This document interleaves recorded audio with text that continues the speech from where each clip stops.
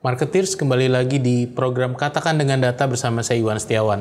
Kita pada episode kali ini akan membahas tuntas tentang inflasi. Bagaimana inflasi itu dirasakan oleh konsumen Indonesia dan bagaimana orang marketing bisa memanfaatkan inflasi untuk meng-capture opportunities yang ada.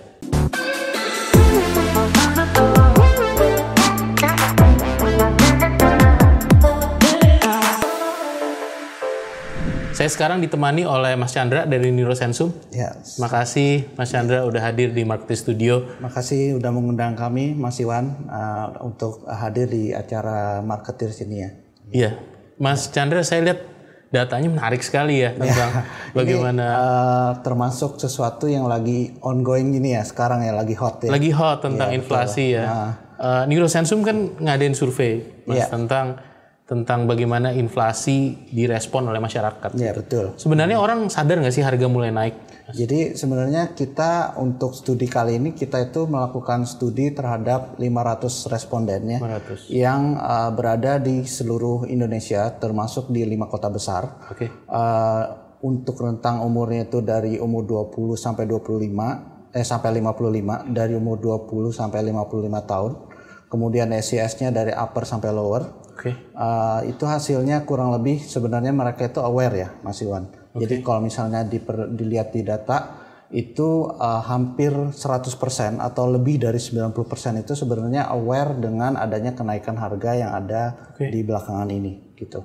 Concernnya mereka apa sih sebenarnya Mas Chandra? Nah, ini kita juga menanyakan concernnya mereka itu sebenarnya kalau misalnya ditanyakan 2 tahun atau setahun yang lalu itu masih COVID ya. Yeah. Nah sekarang kalau kita bandingkan dengan 6 bulan yang lalu atau 1 tahun yang lalu itu yang nomor 1 sekarang itu adalah inflasi, yaitu kenaikan harga-harga barang-barang yang ada di pasaran. Gitu. Nah sebenarnya untuk COVID sendiri itu sudah turun ke posisi ketiga. Yang keduanya itu sebenarnya itu adalah supply yang kosong sekarang. Jadi seperti kemarin minyak goreng sempat hilang dari pasaran. Nah itu yang menjadi concern keduanya mereka sekarang. Jadi sebenarnya COVID udah dianggap mulai masuki fase endemi ya, Mas Iwan gitu. Concern 1-2 itu sebenarnya inflasi juga nih. Iya betul. Related to inflasi ya. Berhubungan dengan inflasi. Jadi yang concern terhadap inflasi itu lebih dari 80%. Wow. Iya. Sekarang udah takutnya beda ya. Iya betul. Kalau yang concern terhadap COVID itu sekarang hanya sekitar 62%. Oh, oke. Baik. Iya. Kalau kita bedah lebih mendalam ya, Mas, by social economic status. Iya betul. Kira-kira sama nggak sih orang kaya sama menengah yang di level bawah merespon inflasi? Jadi mereka itu kita tanyakan apakah mereka mengekspek harga-harga akan tetap naik di masa depan. Ya. Nah itu kurang lebih sebenarnya lebih dari 70% itu masih mengekspek harga akan masih naik. Oke. Nah kalau itu secara total ya. Nah kalau kita bedah lagi by SES-nya itu sebenarnya yang lower SES itu malah lebih concern lagi. Jadi mereka di atas 80% itu sudah khawatir dengan adanya kenaikan harga lagi di masa yang akan datang. Begitu. Bisa dimaklumi karena mereka juga tight sekali ya budgetnya. Betul. Ya. Dari sisi pendapatan juga mungkin mereka agak-agak susah ya sekarang, apalagi setelah masa pandemi kemarin 2 tahun. Betul. Ya. Kalau dilihat across kategori, ada kategori yang kelihatannya kekhawatiran lebih tinggi nggak dibandingkan kategori lain? Jadi untuk produk-produk yang mereka khawatir akan naik itu sebenarnya berhubungan dengan barang-barang yang mereka butuhkan sehari-hari. Jadi 5 besarnya itu adalah minyak goreng, kemudian daging, terus sayuran dan buah. Kemudian ada satu yang menarik nih, sigaret atau rokok. Nah, jadi untuk yang top 5-nya kurang lebih itu yang mereka khawatirkan untuk naik.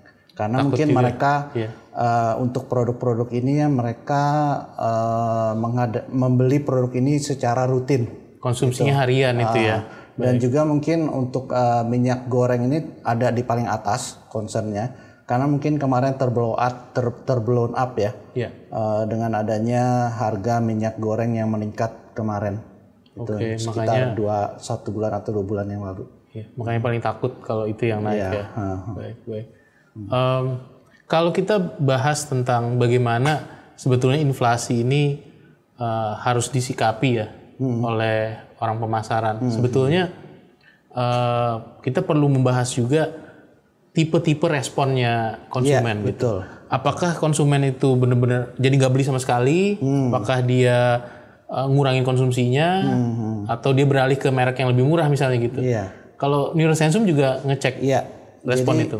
kita menanyakan ke responden juga untuk hal itu. Kurang lebih pertanyaan itu seperti ini. Jika kategori Anda mengalami kenaikan harga sebanyak 20%, apa yang menjadi tindakan Anda? Jadi pilihan jawaban itu kurang lebih ada yang pertama itu keep the same behavior atau mereka tetap menggunakan merek yang biasanya mereka gunakan dengan frekuensi yang sama juga. Nggak ngurangin sama sekali. Itu yang pertama. Kemudian yang kedua itu mereka tetap menggunakan brand yang sama, tapi mereka mengurangi frekuensi dan volumenya. Nah, kemudian yang ketiga itu mereka switch to cheaper brand atau berpindah ke brand yang lebih murah. Atau yang keempat itu stop sama sekali menggunakan produk tersebut. Nah, itu kita tanyakan terhadap 20 kategori FMCG kurang lebih. Ya. Responnya gimana hasilnya? Mas? Jadi kalau misalnya secara total ya, itu si responden hampir 50% itu tetap keep the same brand dan same frekuensi. Nah, jadi ini menarik ya. Di masa harga-harga naik, sebenarnya mereka masih keep the same brand. Tapi itu akan didrive oleh SES juga atau Social Economic Status. Kalau yang menengah ke atas mungkin begitu. Betul. Jadi kalau semakin rendah SES-nya, itu mereka akan lebih banyak yang mengurangi frekuensi atau switch to lower brand. Jadi kurang lebih itu. Kalau yang berhenti sama sekali nggak ada, Mas? Berhenti sama sekali itu jarang Mas. Di segmen atas bawah jadi nggak ada. Kurang dari 2% yang sama sekali berhenti menggunakan kategori tersebut. Bahkan di level yang paling bawah pun? Di level paling bawah di SES lower itu ada hanya 4% saja yang hanya 4% yang berhenti yang berhenti menggunakan kategori tersebut. Karena mungkin 20 kategori ini esensial mungkin ya buat mereka ya. Jadi 20 kategori ini sebenarnya kalau misalnya kita lihat listnya itu barang-barang kebutuhan sehari-hari sih. Seperti personal care atau beras atau produk-produk dapur seperti itu. Nah, itu kan kalau secara total. Yang menarik lagi itu adalah kalau kita break by kategori. Gimana tuh, Mas? Jadi kalau misalnya kita break by kategori, orang-orang yang keep the same brand with the same volume itu kebanyakan pertama adalah kategori baby care. Jadi mungkin orang Indonesia ya sayang anak gitu. Sayang anak jadi jadi terlalu mereka sensitif. Betul. Jadi kalau misalnya untuk baby care seperti susu bayi, kemudian sampo bayi itu mereka tetap keep the same brand dan with the same volume. Nah, kemudian yang produk kedua yang dalam kategori ini itu termasuk female product ya. Female product. Jadi contohnya seperti pembalut wanita. Kemudian panty liners, terus kemudian juga termasuk make up atau kosmetik. Menarik. Jadi mereka tetap keep the same brand with the same volume. I see. Yang ketiga, kategori yang ketiga itu sebenarnya sangat esensial ya, yaitu beras. Itu nggak mungkin ngurangin makan nasi. Mereka nggak mungkin ngurangin dan mereka juga nggak mau menurunkan kualitas. Jadi standar berasnya sama, makannya nggak dikurangi. Menarik. Baby care, produk-produk khusus wanita sama beras. Itu yang kira-kira nggak akan, meskipun mereka mungkin komplain, concern, tapi nggak dikurang-kurangin. Nggak dikurangin sama mereka. Dan mereka tetap di brand yang sama. Tetap di brand yang sama, nggak menurunkan kualitas. Kalau yang dikurangi frekuensi atau konsumsinya? Yang tetap di brand yang sama, tapi dikurangi frekuensinya itu termasuk indulgence kategori. Indulgence kategori seperti contohnya coklat, ice cream, snacking, es krim, betul.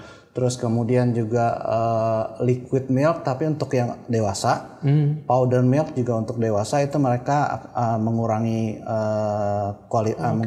mengurangi frekuensinya. Kemudian juga seperti liquor, produk-produk alkohol itu mereka mengurangi frekuensinya. Rokok juga? Rokok juga, ya.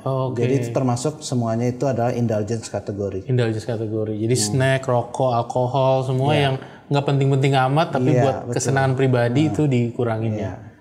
Oke, tapi nggak pindah merek gitu? Nggak. Jadi rokok, alkohol mereknya sama? Iya, sama. Dan Tapi mereka kurangin frekuensinya. Frekuensinya aja yang dikurangi. Menarik. Jadi kalau snack gitu tetap yang brand itu meskipun dikurangi ya, nggak mau pindah ke yang lebih murah itu enggak? Biasanya sih orang itu ada cita rasa tertentu ya kalau snacknya. Jadi misalnya dia udah suka merek tertentu, dia kalau nyoba merek lain itu kayaknya kurang afdol gitu. Sama seperti orang ngerokok kan ya. Kalau ngerokok harus merek itu. Kalau misalnya dia ganti ke merek lain itu nggak akan sama lagi rasanya. Seperti itu Mas Iwan. Jadi mendingan dikurangin aja ya, asal nggak pindah merek. Nah kalau yang pindah merek, ini yang pindah merek ini menarik ini. Jadi ini sebenarnya adalah produk-produk yang dipakai sehari-hari, tapi enggak seperti yang baby tadi kan mungkin sayang anak gitu ya. Nah ini dipakai sehari-hari, tapi untuk mereka sendiri. Jadi contohnya seperti sabun, personal care, kemudian odol, sampo, ya itu semua termasuk yang dia switch to lower brand. Kemudian yang kedua itu adalah produk-produk dapur. Jadi seperti bumbu masak, terus flavor seasoning, flour seasoning, itu semuanya mereka akan cenderung untuk switch to lower brand. Menarik. Personal care, bumbu masak, seasoning itu ya. Jadi intinya adalah produk-produk yang mereka pakai tiap hari, mau nggak mau kan kalau misalnya mereka nggak switch to lower brand, mereka nggak bisa mengurangi frekuensi juga. Jadi mau satu-satunya cara adalah mereka menurunkan kualitas mereknya. Gitu. Cari produk substitusi yang nggak beda jauh mungkin kualitasnya, tapi harganya lebih terjangkau. Gitu. Ada satu lagi yang termasuk kategori ini, yaitu tadi kan beras termasuk yang tidak mau ganti merek ya. Tapi ada beberapa orang yang mau ganti merek. Jadi mungkin yang tadi yang tergantung dari SES-nya ya, Social Economic Status. Jadi beras ini termasuk sesuatu yang polarized intinya. Jadi ada orang-orang yang memang tidak mau menurunkan kualitas merek. Ada orang-orang yang mungkin sosial ekonomi statusnya yang lebih rendah, dia akan mengurangi turun ke brand yang lebih rendah. Yang tadi kita bahas paling concern itu minyak goreng, itu masuk mana? Minyak goreng itu masuk ke yang switch to lower brand. Jadi itu adalah sesuatu yang mereka pakai setiap hari kan, tapi ya mungkin nggak sensitif seperti baby atau female atau gimana. Jadi mereka turun ke lower brand. Di persepsi toh kurang lebih sama aja minyak goreng merek apapun ya.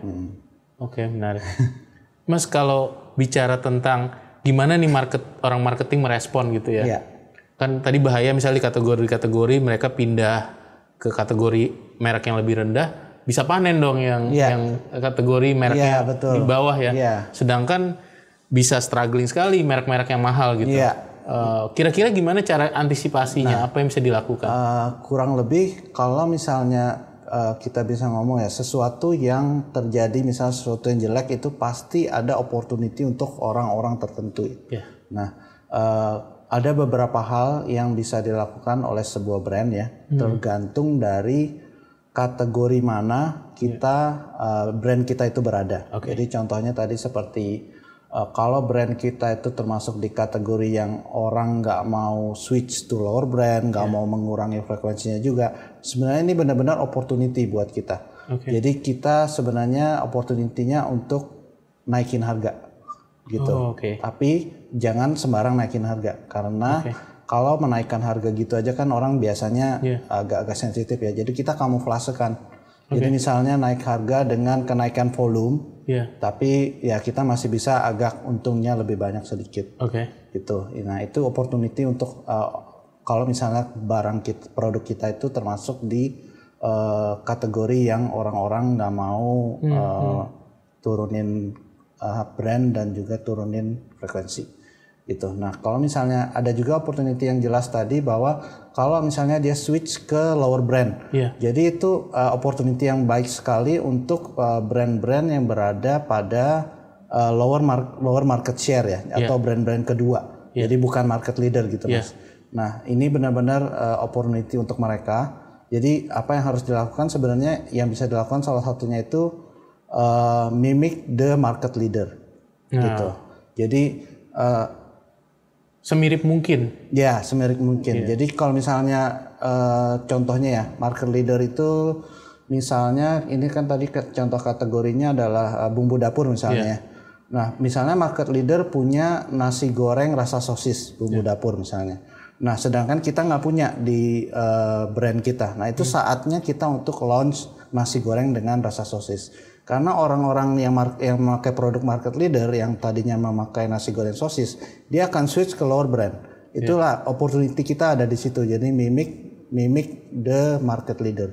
Oke. Ya, begitu. Mirip produknya tapi harga lebih murah. Iya, betul. Oke. Nah, kalau buat market leadernya supaya nahan gimana? Nah, itu sebenarnya kita harus stop the switching kan ya. Kalau misalnya untuk market leader. Jadi yang bisa dilakukan biasanya sih dengan cara displaynya diperbanyak. Jadi kita istilahnya itu menutupi display brand-brand lain. Jadi brand kita, ya betul, visibility-nya brandnya kita tuh ditambah sehingga orang-orang itu kalau di supermarket itu nggak terlalu memperhatikan brand-brand yang ada di kompetitornya kita. Jadi yang brandnya kita yang kelihatan gitu. Jadi itu opportunity-nya untuk brand-brand yang market leader. Memperkuat visibility distribusi ya kuncinya ya. Betul. Nah untuk yang ketiga itu yang mengurangi frekuensi tapi tetap di same brand, itu kita harus main volume. Jadi contohnya seperti yang bisa kita lakukan adalah seperti bundle. Jadi beli dua botol lebih murah misalnya. Nah itu bisa. Kemudian untuk yang big pack kita kasih promo. Jadi kita main volume di sini intinya. Kita meningkatkan orang beli itu sekali beli volumenya banyak. Itu. Jadi ini sebenarnya beberapa opportunity yang bisa dilakukan oleh para marketers ya terhadap kategori yang dia pegang, tergantung dari situasinya sekarang. Apakah masyarakat itu keep the same brand atau switch to lower brand. I see. Menarik strateginya. Makasih banyak Mas Chandra atas insight-nya. Saya rasa banyak manfaatnya buat marketers yang lagi menyaksikan sekarang. Makasih banyak, nanti kita ngobrol lagi untuk topik yang lain. Sama-sama Mas Iwan. Terima kasih.